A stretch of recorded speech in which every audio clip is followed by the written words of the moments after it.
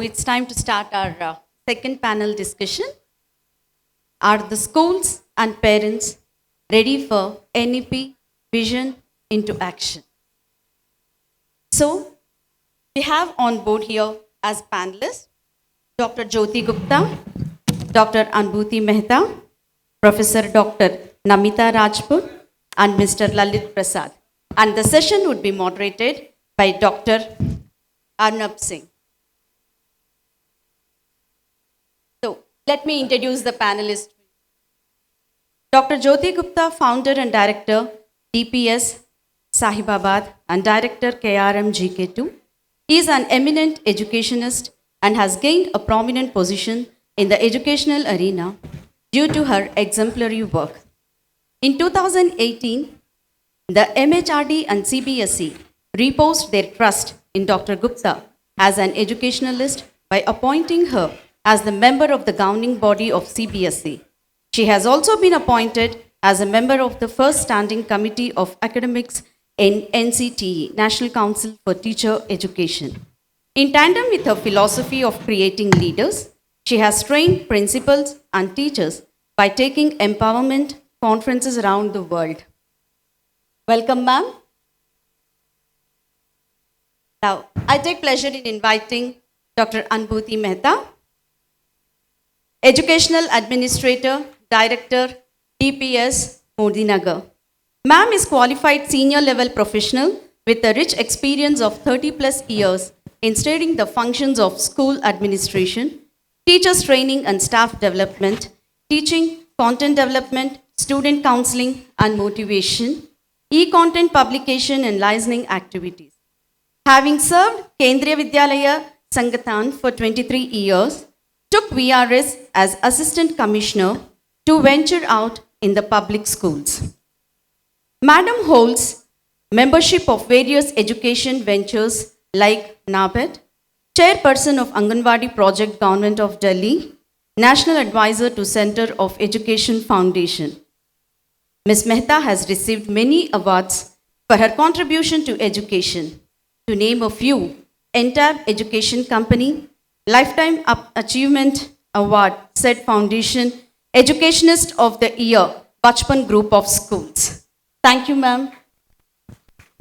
And I take pleasure in inviting Dr. Namita Rajput. Professor Dr. Namita Rajput has served as the principal at Sri Aurobindo College, University in Delhi for a term of 3 years and has an enriching experience as Associate Professor, Department of Commerce, Sri Aurobindo College. Besides her rich teaching experience for almost 27 years, she has contributed tremendously in the area of research, primarily focused on areas concerning banking and finance, human resource management, and sustainability. Over 200 conference proceedings and publications in a plethora of listed journals are credited to her name.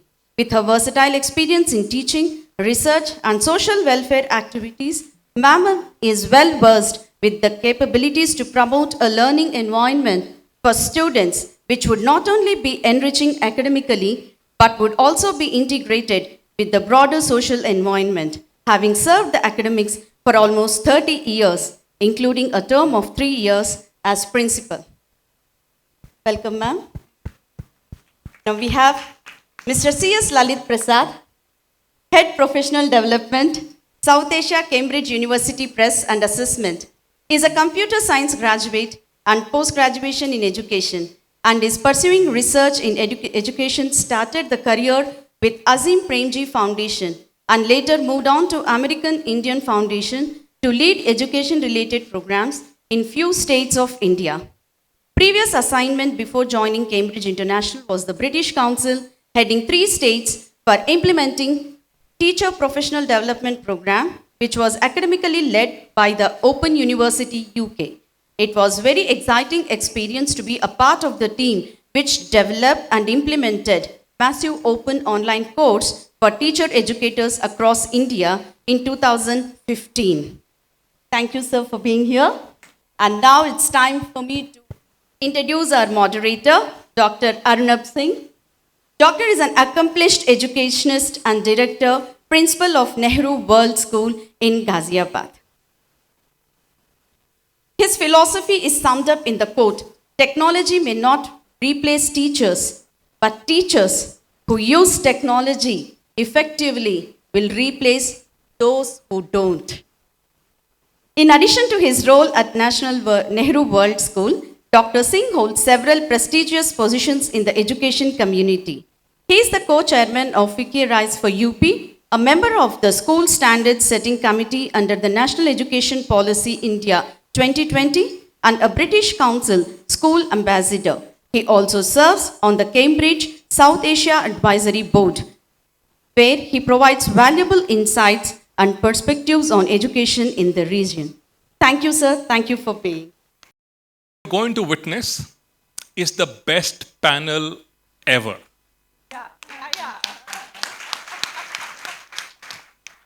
And I'll tell you why it's going to be the best panel ever.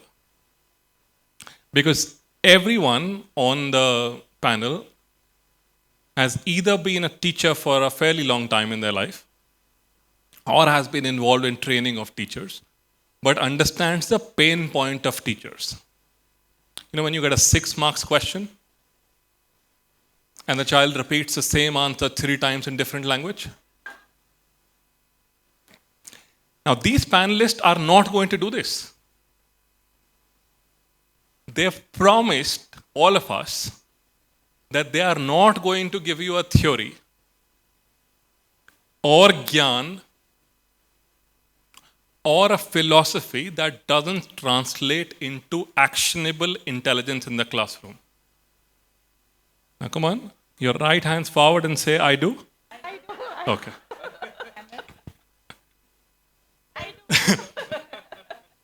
So now you're going to see, Aditi ma'am spoke about the tree.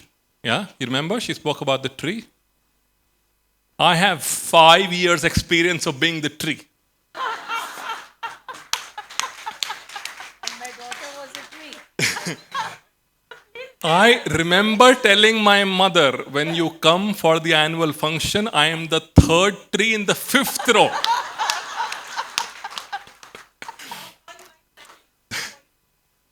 You became pollution? Right. I also had the experience of being told to not sing in chorus. They hadn't even given me the mic. I wasn't good enough to sing even in chorus. Guess where that got me?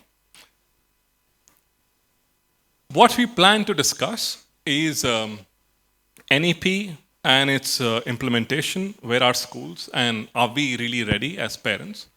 The topic doesn't talk about the teachers. It says, are the schools and the parents ready for the national education policy?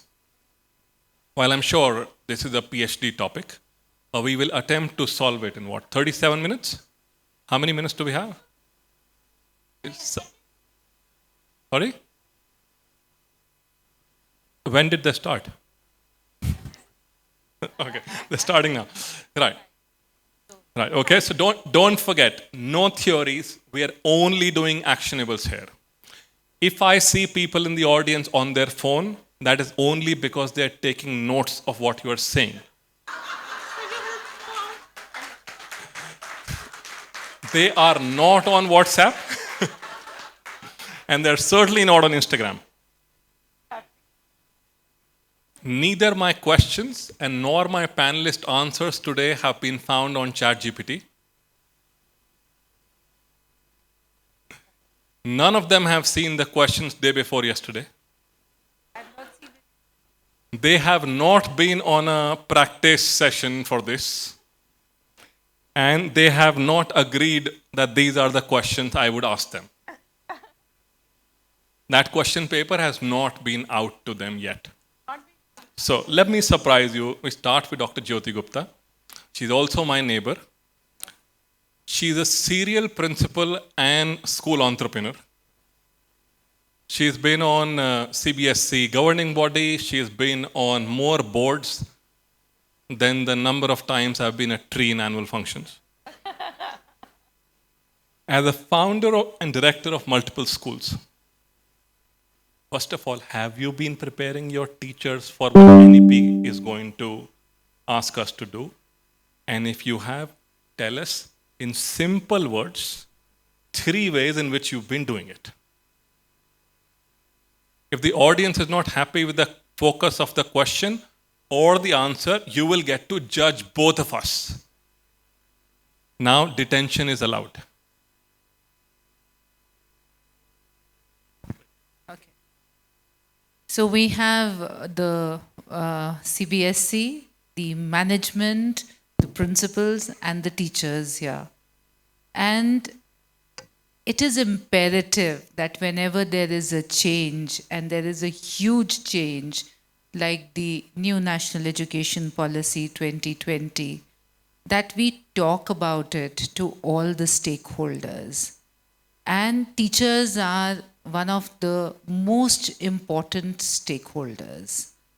It is important that they understand what the vision of the policy is, and they translate that vision into the classrooms. What is happening in the classroom is between the child and the teacher. Even the principals do not have too much of control over what the teacher is going to do in the classroom when she's going to be with the children. So it is imperative and very important to sensitize the teachers and to train the teachers so that they can transact in the classroom, they can assess the children as they are supposed to assess. And when they are transacting, they are able to transact through the pedagogies, the innovative pedagogies that are outlined in the new National Education Policy 2020. So I'm coming to how. 3 ways of doing it is talking to the teachers, sensitizing them through the workshops, then monitoring the lesson plans the teachers are making. Because what the teacher is going to do in the classroom, the planning of it is very important. And one of the workshops, initial workshops, which Anita Karwal ma'am had taken, she said, if you do not plan under the NEP as a teacher, you will plan to fail. So if you don't want to plan to fail, then plan, plan, plan was her exact words in the quotations. So planning is extremely important. So what the teachers are writing in that lesson plan, what are they going to do for those 40 minutes that they are there in the class? Are they just going to talk, or are they going to talk for 20 minutes? What is the pedagogy? What is the strategy that they are going to use? How are they going to assess the children? How are they going to do the remediation? What kind of testing or evaluation will be done? And what kind of collaboration will be done? How the children will be presenting and communicating what they have learned? How will they create new knowledge? And how will they critically think? If all these things are not embedded into the lesson plan, that means the teacher is not ready to go. And the third thing is, how is the teacher reporting what is being done in the class? The transaction is done, the assessment is done. What is the format of the reporting that the school or the leader has adopted as to what is that end of the year progress card, which is a holistic progress card? What is it going to look like? If you have been able to plug that with the teachers, that means the teacher has understood what is her role in implementing the new National Education Policy. The problem with what you're saying is, often school managements don't spend adequate money and time on teacher training. Or they fear, what will happen if I train this person and this person leaves? But the bigger fear is, imagine you don't spend time and money on the teacher to train and the teacher stays. So I would say train the teachers nevertheless. If she's not going to contribute to the children of my school, she will train the children of some other school. At least we create an ecosystem whereby every individual who wants to be exposed to the children, or the other way around. If you want your children to be exposed to that teacher, she needs to be trained. Period. Full stop. And we need to celebrate this new training. We see how happy children are when they get their certificate in the assembly. It might not be a bad idea to give the teacher her certificate or his certificate in the assembly as well. And something we tried with our certificates, often you get the merit certificates and then you get the participation certificate. So we changed the name of participation certificate to commendable performance. And now that became worthy of being kept as effort that was recognized. It was just a terminology shift, but now it had found more value and was going to give the child more motivation for next time. I want to go to Namita next. Namita's been the principal of a college in Delhi University. Delhi University is where I studied as well. So she can actually say, "Jahan ke tum student ho, wahan ke hum principal reh chuke hain."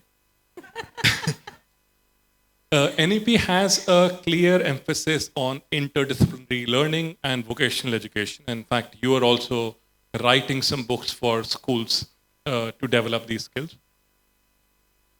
Do you think if we spend time on this, interdisciplinary learning and vocational education in school, it would have any impact on higher education and also children's readiness for the jobs that await them? Yeah, definitely. The knowledge, skills, and attitude, what he's talking about, that is the cognitive abilities, that is the affective domain, and the psychomotor domain, enveloping all the 360-degree development of the children. If it is being started at the school level, like I developed the marketing skill book for class 6th and 7th, and 8th is in progress. So we conceptualize the things into a very easy manner, like a child is related more with chocolate. So, taking them to the concepts of retailer, buyer, seller through chocolate will really help him developing the basic concepts of the marketing. And all the learning outcomes were very rationally and very intelligently and very diligently, they were weaved together. And all the learning outcomes of 6th, 7th, and 8th were in progress. Like, this is the concept which he has done in advance. This is the concept which he will do in class 8. So they are related. So the child is definitely in a progressive journey of his cognitive ability. And of course, all these skill sets, if they are made, so whatever the college syllabus are made, like I'm into a revision committees of undergraduate curriculum framework, which is definitely when we are asked to make the syllabus and all that. So we see what he has done in the past. So we dwell on that. So definitely all these things will matter a lot if the child has the skill sets in the school and they are continued in the college. So definitely he's into a very fast progressive cognitive journey. And definitely we can also, applaud, bloom into it. That is, we are creating the lots to hots, that is the low order thinking skills to high order thinking skills, right? Lots will be in the school and hots will be in the college. So this kind of a, amalgamated journey of the school and the colleges will definitely pave a way to achieve the essence of the new education policy. This is what I strongly believe. Thank you very much. Do you think the panelists are adhering to the promise that they had made? Can we hear it for them then? Yeah? No pressure on you. Only because the two of them could do it doesn't mean you can also do it. Nobody's judging, huh? There is no summative assessment that's going to happen here. Absolutely. Thank you. इसमें mic की कोई गलती नहीं है. इसमें मेरी गलती. So Anubhuti's got experience working both in the private sector and the government sector. and understands the nuances of how education is a concurrent list subject. So while the national education policy is made by the center, but there are also states, including this one, who are saying that the NCF is questionable and the national education policy is also questionable. And realizing the challenges of that implementation. How many of you go inside a classroom every day? People who find themselves inside a classroom every day. Right. So, how do you think the basic tenets of the national education policy can be translated into the classroom by those who want? I think the appropriate question is asked to me, and I was expecting this question. Let me just quote one nice quotation. Dr. K. Kasturi Rangan, head of NEP drafting committee, he quotes, Indian education system is most underfunded, heavily bureaucratized, and lacks the capacity of innovation to scale up, which sums up the NEP in 3 words. But our Prime Minister says national education policy is Shiksha Parv. And a person from CBSE sitting here, Mr. Manoj Srivastava, he says, I find no challenge in NEP. And I agree with you, sir. There is no challenge in NEP implementation if we as leaders of elite school look at it in a different angle, because we are not underfunded. How? We have chairman of the school sitting in front of me. Ask him, have the lack of funds in the school? No. The elite schools don't have the shortage of funds. Only thing, the political will has to be there, and I am sure he has.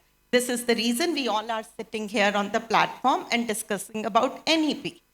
Now, coming to the important points of NEP, which as a school director or a founder or people sitting on this side and that side at the helm of affairs have to take care. First and foremost thing is NEP talks about foundation years.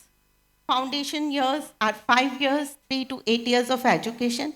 Have we prepared our schools to have 3 years of preschooling, which has come under the ambit of formal schooling now?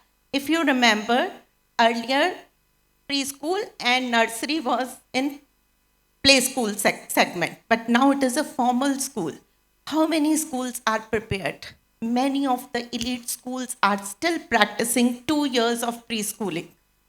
But I have set up few schools with 3 years of preschooling, which is very important. You have to ensure that parents are consulted that only a child must complete 3 years of age when they enter into formal schooling. And when you take admission of grade 1, the child must complete 6 years of age. Have we prepared for this? No. If we have not prepared, so we have not read the document in letter and spirit. Second thing comes to the classroom. When we come to the classroom, have we prepared our teachers for experiential learning? That is the second point. If not, please make sure the lot of emphasis is given on experiential learning and take care of your pre-primary teachers. That is the most neglected part of the schools. The senior leaders sitting here are worried about school education, are worried about 10th and 12th, not worried about foundation years. Third important thing which NEP talks about is the mother tongue. And we all have spoken about it since morning that we don't have a content in mother tongue available to us. And doesn't talk about father's tongue at all. Yeah, no. Father tongue is always considered as smaller, so we don't bother. Irrelevant. Mother tongue is better. And if I say, Paunara, Hyderabad, then what do you say? Do you think I'm Telugu? No. It is connecting with you. Paunara, Chairman Garu, I'm grateful to you. You have invited us here. I'm connecting with you. I'm using your mother tongue to get connected, and that is very well possible inside the classrooms. We can inform children, Bhavanara means how are you. So instead of teaching English as a part of etiquettes, just teach them that Bhavanara is how are you. And if you say Garu, that's a respect you can give to anybody. That's what I have learned while my stint in Hyderabad. And please correct me if I'm wrong. So the concept of having mother tongue in NEP serves the purpose if we teach children the greetings at least to connect with. Instead of teaching them how should they greet, good morning, good afternoon, just teach them what do you say in Telugu and how do you say in Hindi. Then I come to the next point. Oh, you were allowed 3 points. Allow me to finish now. I come to the next Okay, fourth point. When we talk about Hindi and Sanskrit, 3-language formula, most of us shy away teaching Hindi and Sanskrit purely in the classrooms. We don't allow our children to recite the mantras which are the roots of Indian education system. And Hindi is also taught in English. Most of our teachers teach Hindi in English. They go inside the classroom and say good morning. Why can't they say Suprabhat? So that the concept is missing. You don't say Suprabhat, so please start saying so. Or at least say Namaste, that is the Indian way of saying so. And so next thing, very important, from grade 6 onward. I have to come in. So you were allowed 3 points, you got 4 points. Now next question, 1 point minus. Next time you would only get point A and point B. But you see, the thing about communication is, there are times when we think it has happened, but it hasn't. Happens often in my wife and my conversations. I think I have communicated, but she thinks otherwise. Now, I'm not saying that. I was talking about my wife. So, you'll get another opportunity. So, interesting, I talked about the father's tongue, and there's a reason why I say this. In the national curriculum framework for the foundation years, the word mother is mentioned 34 times. The word father is mentioned 3 times. 3 times. And Yes. only once is the document actually saying we will try to include the father. That's the only time when it addresses the father. This is try to include the father. You know, I sit here in protest. I want to go to Lalit. Agreed that there is no father's tongue and there is no man's voice in the curriculum framework, but I'm happy that you are here. And the role that you have is to lead on professional development of teachers for Cambridge in India. Our schools do the Cambridge Professional Development Qualifications. Fantastic certification. A lovely work. So congratulations on that. My question to you is twofold. Cambridge was the first board that came out with the editorial that you are ready for NEP. In fact, it had come out only a week after the NEP was launched. There was a big article in Times of India, and somebody from cbse actually sent it to me and asked me, how is Cambridge ready for this? This just came out last week. The answer to that is because it's future ready. What Cambridge has been doing is future ready. What 118 Nobel laureates coming out of Cambridge so far. So it's no coincidence that your curriculum was maybe ready for it. What are you planning to offer to schools that are affiliated to Cambridge to prepare their teachers for NEP implementation? And can the non-Cambridge affiliated schools expect anything from Cambridge to prepare them better for the NEP implementation? Yeah.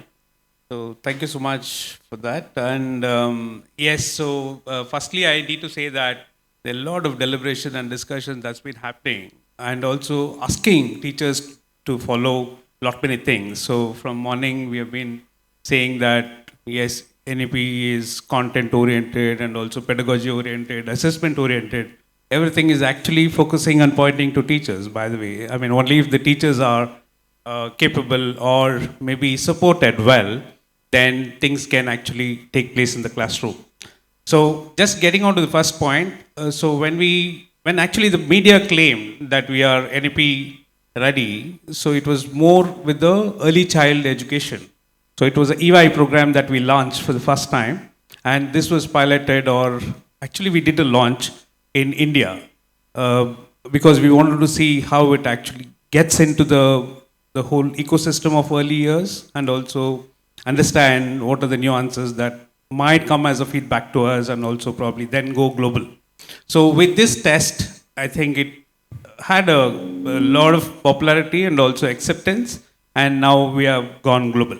The second thing, I think, second part of the question is interesting. So when I say Cambridge, we are not only talking about the curriculum that we provide to the schools. It's coming with a host of services, I should say products and services, because I think the books that the school use in the cbse is also coming from Cambridge. So we have taken into account all those nuances that we've been discussing, and also all the experts are talking now.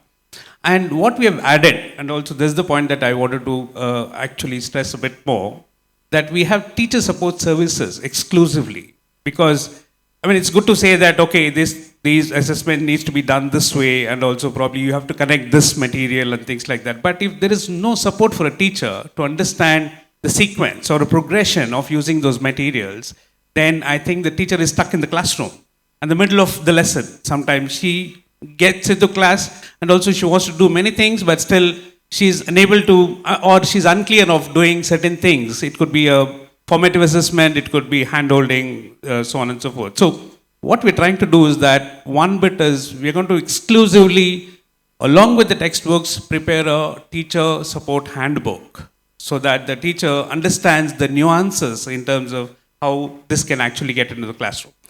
The second important thing I wanted to also... Yes, it is for all schools. It is not only exclusive for Cambridge.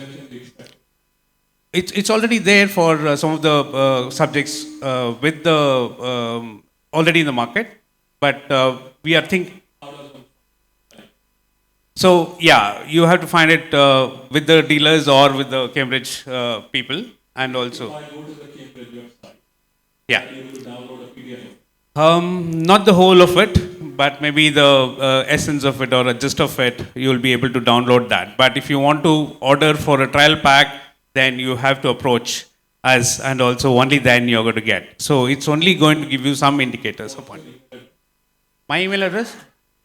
That's only cambridge.org. That's more than sufficient, I think. Yeah, you'll find all this. Yes, you can find all this, what I'm saying. And you will send it? Yes, Cambridge will send it. Okay. I know, he's making me more accountable. But he supported me saying father tongue, but now I think he's spotting me.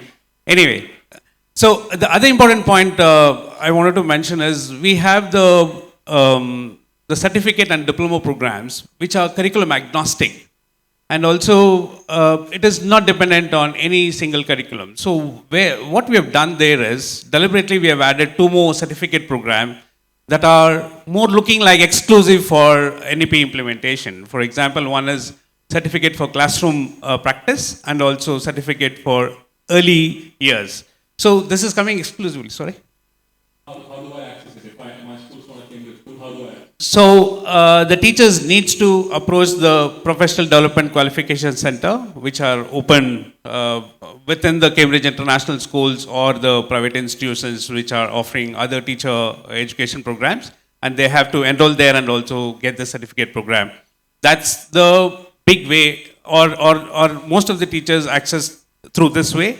The other way we are also trying is, can we make those programs online so that a teacher can come to our website and also probably select this program and also do it online.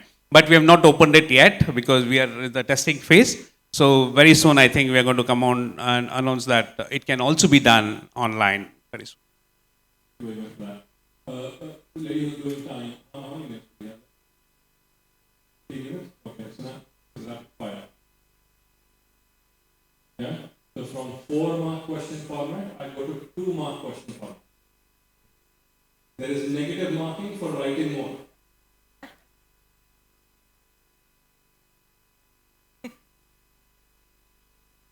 Before MCQs, then I have to check the OMR sheet. That's a bit of a challenge. I remember we were center for NEP exam. And this one child on the OMR sheet had only drawn what he could see from where he was sitting in the class. He did not attempt to see the question. When he was giving the answer sheet back, later in the classroom, why are you deceiving your parents? Child said, I am not deceiving them. They are deceiving me. I know I will not get it. As much as it is hilarious, imagine the plight of this child who's been repeatedly asked to write that exam, that he knows that he's not getting it or probably doesn't want. But that's not Jyoti Gupta. Jyoti Gupta is ready with an answer. She's here by choice. She's from Delhi. My question to you, can I include the fathers in my question? When I say parents, I mean both mother and how can parents support, or how can we use parents' support to get our children to become more reflective, to get our children to ask better questions? We're already in the age where ChatGPT is giving you easy answers. So clearly what NEP envisions that we would be able to ask questions, be more reflective, lead ourselves towards knowledge. How can schools leverage parents towards this? Fortunately, we are living in the times where the parents of the children who are now coming to us in schools are educated. They are not like our parents who did not have an opinion in education when we people were studying. So all parents who are coming to us, they have something or the other to suggest to the schools. They have an opinion, they have the expectations, and they have a few suggestions. So it's only important that they, as the stakeholders, be involved in the development of their children holistically. So that makes it 3 stakeholders. My last question, I said teachers are most important stakeholders. The parents are equally important. And of course, it's the children because of which all of us exist. The schools exist because it is for the development of the children. So whether you talk about assessments, you talk about transaction, you talk about reporting, everything at the end of the day is for the development of the children. So how do you involve the parents? None of the parents want the children to rote memorize what the schools or the teachers are teaching. Cognitive domain, as Ms. Rajput was saying, is important, but is the affective domain and the psychomotor domain is equally important. It's important for the parents to understand that art is an integration and sports as an integration. And we have Sunita ma'am sitting here who has worked extensively in these pedagogies and has worked extensively in art as well. So how are these important as well?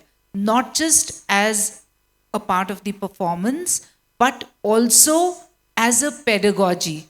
So there was a time when we people were growing up, I'll just take maybe 2 more minutes, when we were growing up, where we said, I don't know how many of you understand Hindi, पढ़ोगे लिखोगे तो बनोगे नवाब, खेलोगे कूदोगे तो होगे खराब. So we are coming from that mindset. पढ़ाई कर लो, ये आर्ट वाट मत बनाना, ये डांस वांस नहीं करना, you're wasting your time, it's your exam time. But now we are talking about art as pedagogy. We are talking about sports as pedagogy. The Pythagoras theorem can be best taught in the field. The set theory can be best taught with cricket. Similarly, some of the geometry can be best taught through art. So the parents have to understand this. They have to understand that the children do not need to rote memorize. And second thing, most important thing, my child is in science. My child, because he's the brightest, will become an engineer, take up PCM. Not very bright, commerce. Cannot study humanities. The toppers of the board have been the children from the liberal arts. So no silos. The parents have to understand that subjects are very important. Each subject is taking you towards a specialization. And the new national education policy is giving an equal importance to the all-round development of the children. So the parents have to come in, become the stakeholders and understand the policy. So advocacy is the way to go. Thank you very much. So what you're saying is to communicate and include the parent. You know, some parents save their principals save their mobile numbers from the parents. Like they are the Nigerian scam call.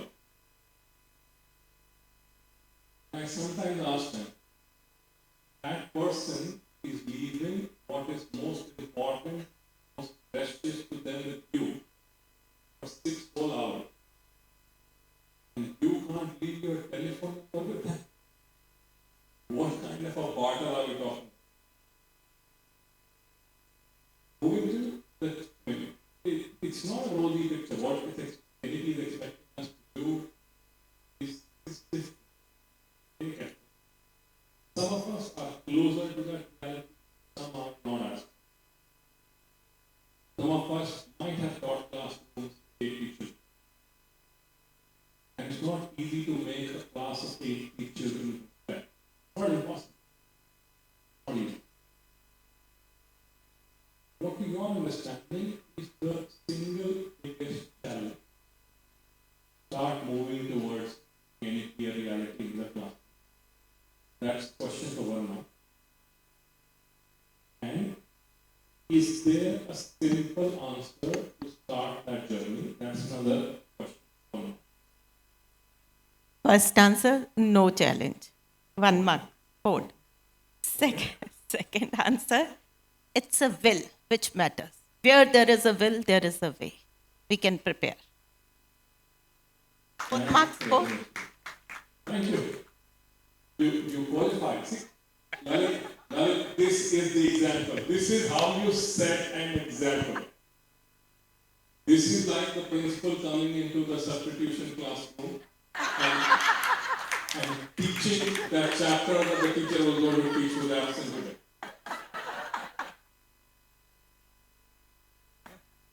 You are sitting with legendary panelists here. You ended your previous answer with saying that you're also attempting to take your training online. 5 minutes. You do 5 questions, each in 5 minutes, if that is the example you're setting. So you ended with online and how Cambridge is leveraging technology. Having been on that website already, I know if everybody here went on that website today, they would come back more enriched. In the 2-mark answer format, can you tell us what will they already find that will help them and what they can possibly find in the near future? On your website, the professional development website, what are stuff that they can already find, download and start using them? And what is something that you're working on and something Yeah. that will come in? So I think what you can already find is the information about the programs that we already are kind of offering. So, and also when you get there, it's not only showing you the titles, you can download the syllabus document, which means you'll understand what it entails. So we have modules for this professional development. So you get certificates. It's a qualification. So it's not just a kind of a course or like a active participation and things like that. It is a qualification that will be recognized at an international teacher education forum. So the syllabus document is available, and also you will get the duration of the course. So the module 1 calls for 4 months, the module 2 and 3 calls for remaining 8 months, so on and so forth. So in total, if you get onto our website, you'll completely find all the details there about the course. And also, very importantly, you'll also find how much the course costs you. So that's very important. And also, how do you make the payments? So that flexibility is given to you so that anyone who wants to understand that can approach the PDQ centers and also contact them and also get this done. The other important bit I wanted to touch, Rab, is that also we have something called as curriculum agnostic assessment. Because from morning I was just hearing a lot of assessments, and also we spoke about attributes, we spoke about a lot of other things, and also we see capacities in the document. So the curriculum agnostic assessment is important. We need to understand how the child is faring in his or her own abilities. So what is the kind of measure we can derive of a child in terms of numeracy, the literacy, and also PSCDs, that is the socio-emotional development quotient.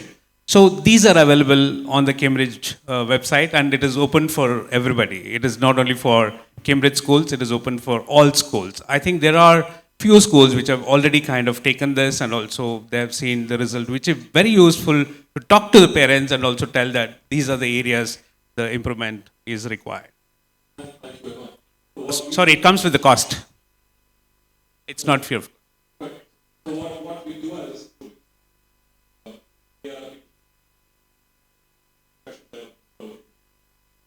we enroll the teachers for free. School's cost to enroll.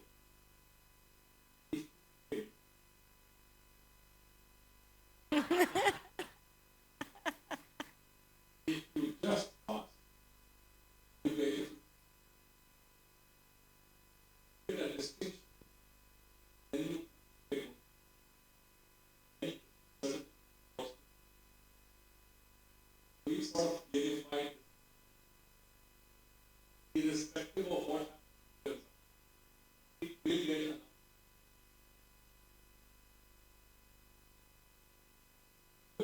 whenever a student in class where they used to write to talk in class. Why? But how does it matter to my parents who have stopped? No matter what I have done, is irrelevant because that child has done much more. Some schools would also put it on my report card. For marks, I guess marks in class.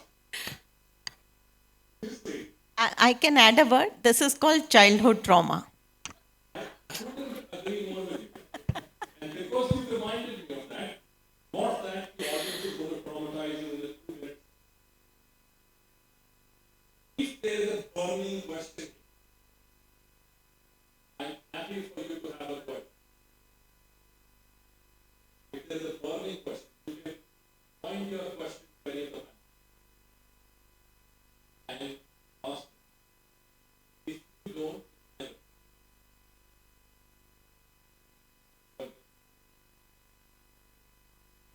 2 minutes left.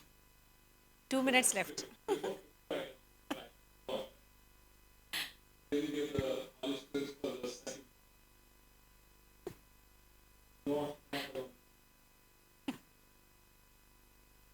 Yes. this entire conversation about NEP is going to make us